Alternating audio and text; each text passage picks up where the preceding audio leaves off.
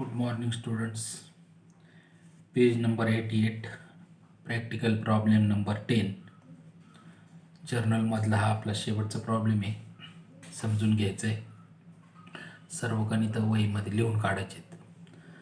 Generalized the following transaction in the books of Harbhajan and company for the month of 1 April 19. Column करायचे journal एंट्रीचे. In the books of Harbhajan and company journal entries. Date कॉलममध्ये 2019 April लिहून घ्यायचे. त्यानंतर particulars LFचे छोटाच column, debit amount rupees, credit amount rupees. पहिलं entry समजून घेऊ. बॅलन्स ऑन 1 एप्रिल दिले. Cash in hand 35,000, cash at bank 25,000, furniture 1,50,000, laptop rupees 1 lakh, debtors Sangeeta 40,000, Veeru 30,000. यांची बेरीज करायची. सगळ्या ॲसेटला डेबिट बॅलन्स असतो. त्यानंतर क्रेडिट बॅलन्स दिले. क्रेडिटर्स गणेश 10,000, गरिमा 40,000, याची बेरीज करायची पहा. आणि बँक लोन 50,000. या डेबिट बॅलन्समधून हा क्रेडिट बॅलन्स वजा केल्यानंतर जो फरक येईल तो असेल तो कॅपिटल. जर्नल एंट्री पहा त्याची कशी केली. Cash account debit 35,000, bank account debit 25,000, furniture account debit 1,50,000, laptop account debit 1 lakh, डेटर्सची बेरीज केलेली पहा 40 आणि 30ची. डेटर्स अकाउंट डेबिट 70,000 झाले डेबिट बॅलन्स. आता क्रेडिट बॅलन्स पहा. टू क्रेडिटर्स अकाउंट 50,000, हे 10,000 आणि हे 40,000ची बेरीज केलेली आहे. To bank loan 50,000. तर डेबिटचे बर्जेतून हे 2 वजा करायचे. 50चं 1 लाख, आणि जो फरक येईल त्याला म्हणायचं टू कॅपिटल अकाउंट, तो येतो 2,80,000. Being opening balances brought forward in the books. Cash, bank, furniture, laptop, debtors, creditors and bank loan. त्यानंतर 1 एप्रिलची एंट्री समजून घेऊ. Purchase goods from Ajay Kumar worth rupees 2,50,000, 2,50,000चा माल खरेदी केला at 10% trade discount, at 18% GST, 18% GST, and paid 1/4 amount in cash, आणि 1/4 रक्कम कॅशमध्ये दिलेली आहे. पाहिजे समजून घ्या. 2,50,000च्या 10% TD वजा करू आपण ट्रेड डिस्काउंट, म्हणजे 25,000 वजा केले 2,25,000 आले. या 2,25,000च्या 18% GST काढू आपण. हे 2 शून्य कट केले. 18% GST आला 40,500, 40,500. 9% केलं तर 9% येईल 20,250, 20,250, 20,250. आता हे जे रक्कम आहे 2,25,000 हे काढलेले आपण, याच्यामध्ये हे 40,500 GSTचे मिळवायचे. हे 40,500 मिळवल्यावर किती झाले 2,65,500, 2,65,500 बरोबर. याच्या 1/4 करायचं. 1/4 ते येतं 66,375. हे 66,375 ह्या 2,65,500 मधून वजा करायचे, म्हणजे येतं 99,125. याची जर्नल एंट्री पहा कशी केलेली आहे समजून घ्यायची. पहा purchases account debit 2,25,000, input CGST account debit 20,250, input SGST account debit 20,250. To cash account ही रक्कम काढून दाखवली पहा 66,375, आणि to Ajay Kumar's account 1,99,000,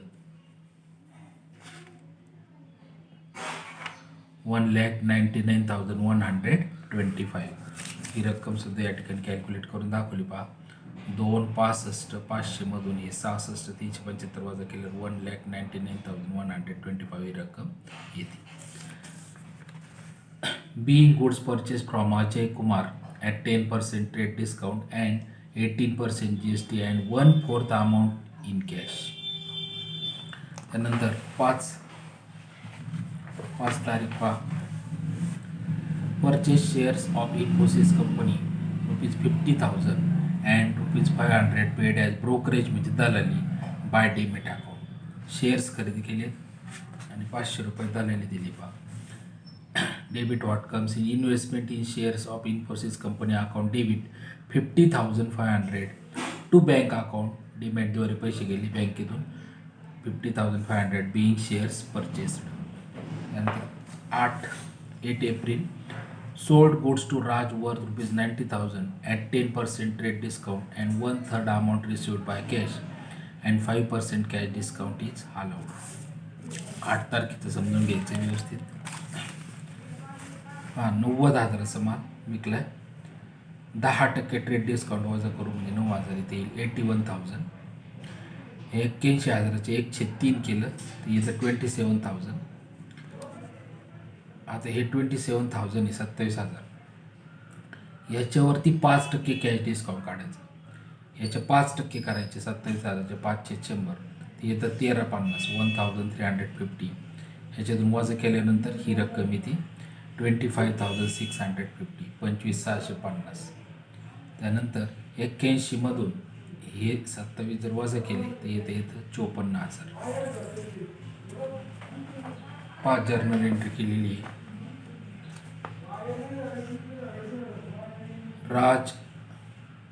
Raj account debit 54,000, cash account debit 25,650, discount allowed account debit 1,350. जे टोटल करायचे to sales account 81,000. being goods sold to Raj and at 10% trade discount and 5% cash discount, this is 1/3 amount in cash. त्यानंतर 12 April 12 paid house rent of proprietor ₹9,000. मालकाच्या घराचं भाडं भरले 9,000 and office rent ऑफिसचं भाडं दिले 5,000 5,000. खर्चाला debit office rent account debit 5,000. मालकाचं वैयक्तिक भाडं आहे खाजगी म्हणून drawing account debit 9,000 to cash account याची बेरीज करायची 14,000. Being paid office rent and proprietor's house rent. त्यानंतर 15 तारीख purchase laptop ₹60,000 at 18% GST and paid amount by cheque. 15 तारीख 60,000च्या 18% काढायचे म्हणजे 600 × 18 10,800. 10,800ला 2ने भागायचं आपल्याला 9% करायचं म्हणून 5,400 5,400 याची एंट्री पहा. Laptop account debit 60,000 input CGST account debit 5,400 input SGST account debit 5,400 to bank account याची टोटल केली 70,800. Being laptop purchase at 18% GST and amount paid by check.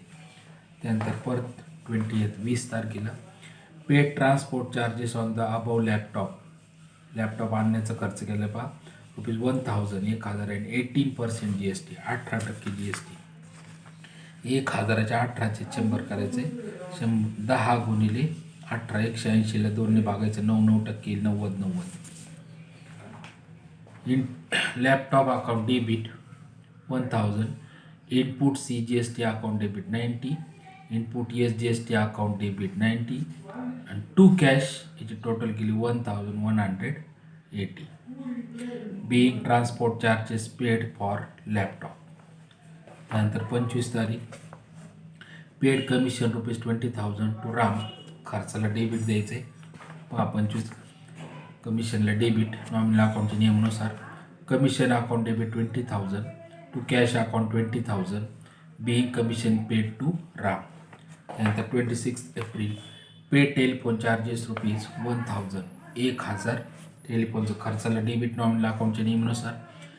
Telephone charges account debit 1,000 to cash account 1,000 being telephone expenses paid.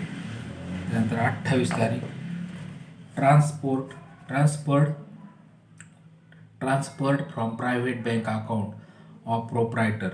मालकाचं जे खाजगी bank account आहे तिथून पैसे transfer केले to business account व्यवसायाच्या अकाउंटला ₹40,000 40,000 रुपये. Debit the receiver bank account debit 40,000 to capital account व्यवसायाचे अकाउंटला केले म्हणून capital account 40,000 being amount brought in the business by proprietor. त्यानंतर bought goods ₹1,50,000 at 12% GST GST by cheque. माल खरेदी केला 1,50,000चा 12% GST.